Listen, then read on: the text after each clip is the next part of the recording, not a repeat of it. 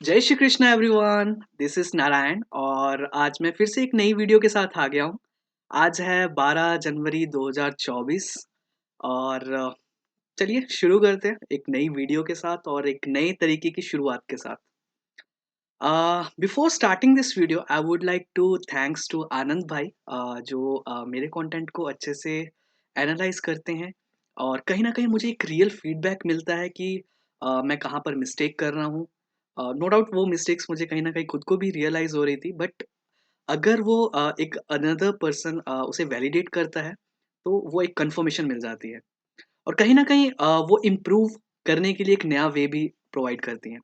So thank you so much आनंद भाई for providing me all those resources as well जो मुझे help करेंगे वो मिस्टेक्स एंड थिंग्स को इम्प्रूव करने में। और इस वीडियो को मैं आज बेसिकली तीन कैटेगरीज में डिवाइड करूंगा। नंबर वन, कि मैंने आज ऑफिशियल वर्क जो अपना डेली रूटीन का होता है वो क्या क्या किया। उसके बाद वो सारी चीज़ें जो मैं अपनी पर्सनल ग्रोथ के लिए करता हूँ और अभी मैं करने वाला हूँ, maybe after this video I will be planning to do that. और उसके बाद मैंने कैसे अपनी जो एक सपना था कि मुझे मार्कोस बनना है and how eight the end I become software engineer. तो चलिए शुरू करते हैं ये वीडियो। अ, आज की जो अगर मैं ऑफिस आवर्स की बात करूँ तो कोई खास एनर्जेटिक वाला वर्क मेरा नहीं था। थोड़े अप्स एंड डाउन्स रहे हैं एंड थोड़े बहुत एरर्स थे जिनको मुझे सॉल्व करना था। बहुत सिंपल से इश्यूज थे जिसमें मुझे काम करना था, but still I was not able to do that. तो थोड़ा बुरा लग रहा था कि यार ये नारायण, ये छोटी सी प्रॉब्लम भी सॉल्व नहीं हो रही है। But at the end things were fine, वो इश्यूज रिजॉल्व हुए and I was able to proceed ahead with another things. और अगर मैं आज अपनी पर्सनल ग्रोथ की बात करूं तो आज मैं अपने प्रोडक्ट डेवलपमेंट के जो वो कॉमन से फीचर्स हैं, like it's a kind of improvements. आज मैं बहुत ज़्यादा हाई लोड वर्क नहीं करना चाहता था, तो मैंने क्या किया, छोटे छोटे जो यूआई डिज़ाइंस हैं मैंने सोचा उसको इम्प्रूव करते हैं। एटलीस्ट कंटिन्यूटी को ब्रेक नहीं करना है, रेगुलरिटी के साथ मुझे चलना है। तो after this video I am going to do that as well. बाकी जो मेरा पॉडकास्ट बन चुका है, I am writing a further content कि कैसे उसकी डिस्क्रिप्शन होगी, क्या उसका टाइटल होगा, ताकि उसको मैं जल्दी से जल्दी बाकी प्लेटफॉर्म्स पे डिस्ट्रीब्यूट कर सकूं। तो ये तो था कि मैंने क्या आज ऑफिशियल वर्क किया और वो कौन सा पार्ट जो मैं अपने पर्सनल ग्रोथ के लिए आगे करने वाला हूँ। तो now let's talk about the story कि मैं मेरा सपना क्या था और वो सपने को अचीव करते करते मैं एक्चुअली क्या बन गया। तो मेरा जो एक्चुअल सपना था वो था कि मैं मार्कोस बनना चाहता था। जो लोग मार्कोस के बारे में नहीं जानते हैं, मार्कोस एक कमांडो यूनिट है। It's a kind of special forces, India की मरीन फोर्सेस में से एक है। और वो अपने आप में मतलब स्ट्रॉन्ग यूनिट है। जब भी कोई ऐसी सिचुएशन आती है जो नॉर्मल आर्मी या नॉर्मल फोर्सेस से अचीव नहीं किया जा सकता, तो उन केसेस में मार्कोस हमेशा रेडी रहते हैं। मोस्टली ये समुद्र के पास मरीन्स जो होते हैं वो ट्रेनिंग होती है इनकी, रेस्ट ऑफ द थिंग्स होती हैं एंड इनकी जो आइडेंटिटी होती है वो हमेशा छुपी हुई रहती है। नो वन नोज कौन मार्कोस है कौन नहीं है। तो मुझे तो ये बहुत ही कूल लगता था कि आर्मी में जाएंगे और एट द एंड मार्कोस बनना है। और जब मार्कोस बन जाएंगे तो अपनी जो आइडेंटिटी है वो छुपी रहेगी and that's kind of my dream. तो अब जब मुझे वो ड्रीम को अचीव करना था तो मैंने छोटे छोटे स्टेप्स स्कूल टाइम से ही लेने शुरू कर दिए थे। तो कुछ आर्मी वाले आए थे मेरे स्कूल में, जो मुझे कहते थे कि जो लोग एनसीसी ज्वाइन कर लेते हैं उनको आर्मी ज्वाइन करना थोड़ा आसान हो जाता है, क्योंकि एबीसी काइंड ऑफ कुछ सर्टिफिकेट्स होते हैं वो मिल जाते हैं। तो मेरी फर्स्ट फाइट मार्कोस बनने के लिए तो वहां से स्टार्ट हो चुकी थी। मैंने क्या किया, 200 लोगों की जो रन थी उसको क्रॉस किया। मैं पूरा तो नहीं कर पाया, मेरी हालत तो बहुत ज़्यादा ख़राब हो गई थी। बट या एट द एंड कुछ ना कुछ करके 200 में से वो जो 20-22 लोगों की जो सिलेक्शन थी उस एनसीसी में मैं घुस गया। सबसे छोटा लड़का था और सब हाइट में भी छोटा और बाकी चीज़ों में भी। तो I joined the NCC just because of this कि मुझे आर्मी वालों से मिलने का मौका मिलेगा, मुझे शायद सर्टिफिकेशंस मिल सकती हैं और जस्ट जब मुझे वो सर्टिफ़िकेशंस मिलेंगी, आर्मी वालों के साथ मिलने का मौका मिलेगा तो डेफ़िनेटली एक एंट्री पॉइंट मिल जाएगा मुझे और कहीं न कहीं से तो मैं मार्कोस में घुस जाऊँगा। तो अब एनसीसी में मैं एंटर कर चुका था और मुझे वो सारी आर्मी की जो ट्रेनिंग्स होती हैं, उनके जो बाकी नोट्स होते हैं, वेपन की जो नॉलेज होती है, ड्रिल्स की नॉलेज होती है, वो सब कुछ वहाँ पे सीखने को मिला। तो हमारी पीबी 23 बटालियन करके कोई यूनिट का नाम था, जितना मुझे याद है उस टाइम पे। एंड हमारे कर्नल थे, जो हमें आगे की सारी चीज़ें गाइड करते थे। तो मुझे आज भी याद है जो वो जो कर्नल थे, उन्होंने मुझे कुछ पार्ट्स पे काम करने को बोला था कि Narayan, you have to work on your health. आप जो भी हर दिन करते हो उसको कहीं न कहीं लिखते जाओ, वो आपका एक सेल्फ रिफ्लेक्शन बनेगा। आज शायद मेरी बात आप नहीं समझ पा रहे हो, but in future it is going to be help you.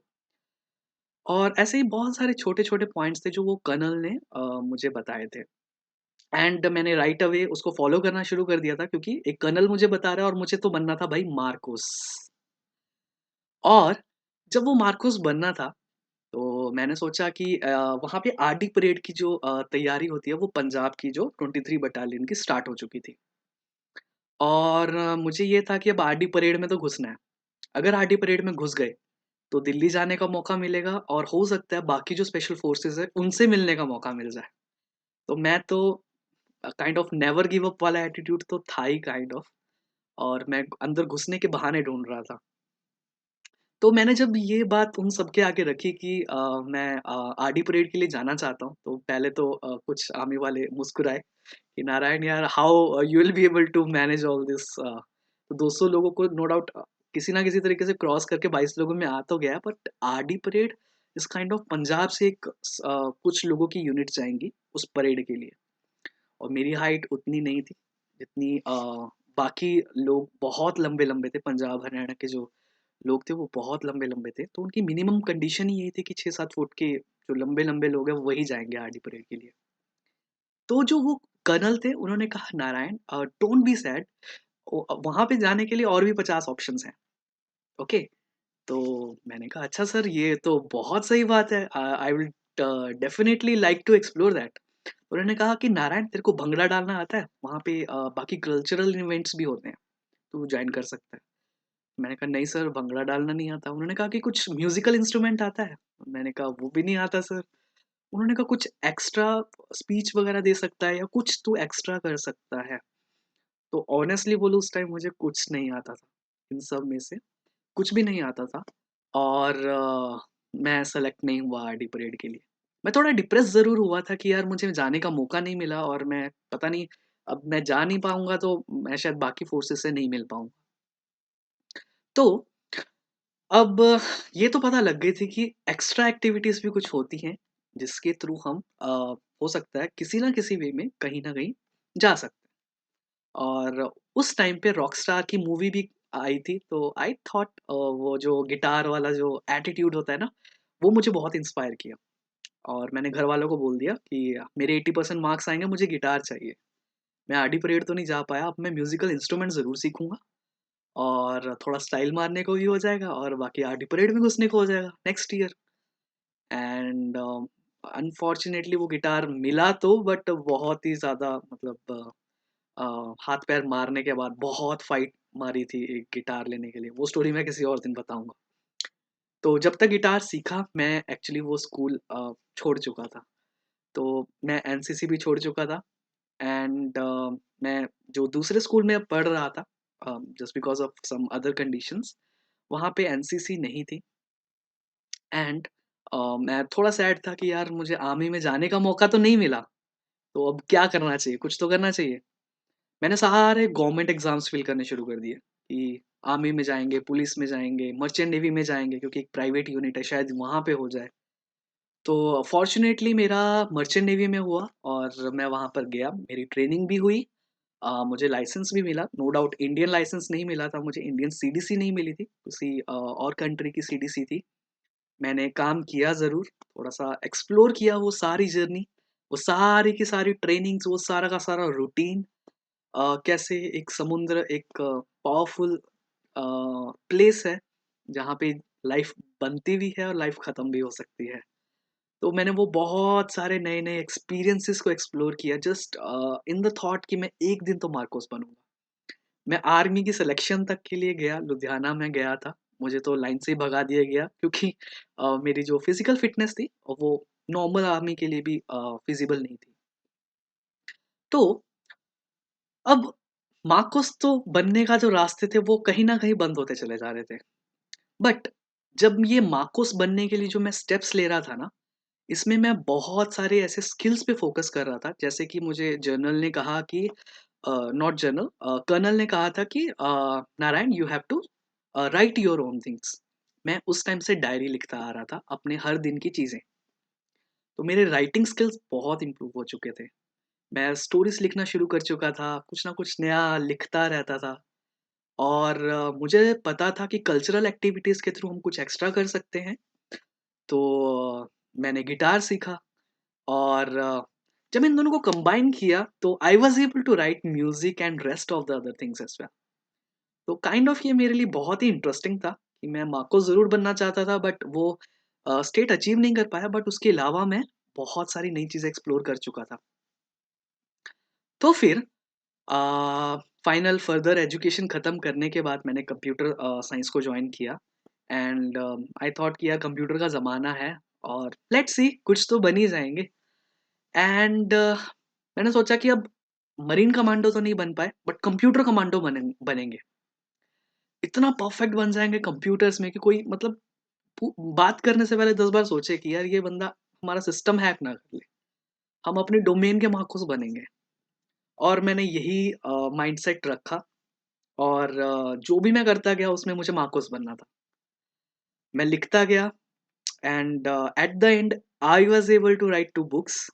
मैं लिखता गया at the end I was able to write 3 music albums जो कि अभी मैं कुछ दिन पहले एक एक्सेल दिखा चुका हूँ। उसके पॉडकास्ट पे मैं काम कर रहा हूँ और at the end I was able to do a software development things जिसको मैं समझकर मैं जब एक एमएनसी को जॉइन किया and I was able to combine all these things in one place and ये बना बूम।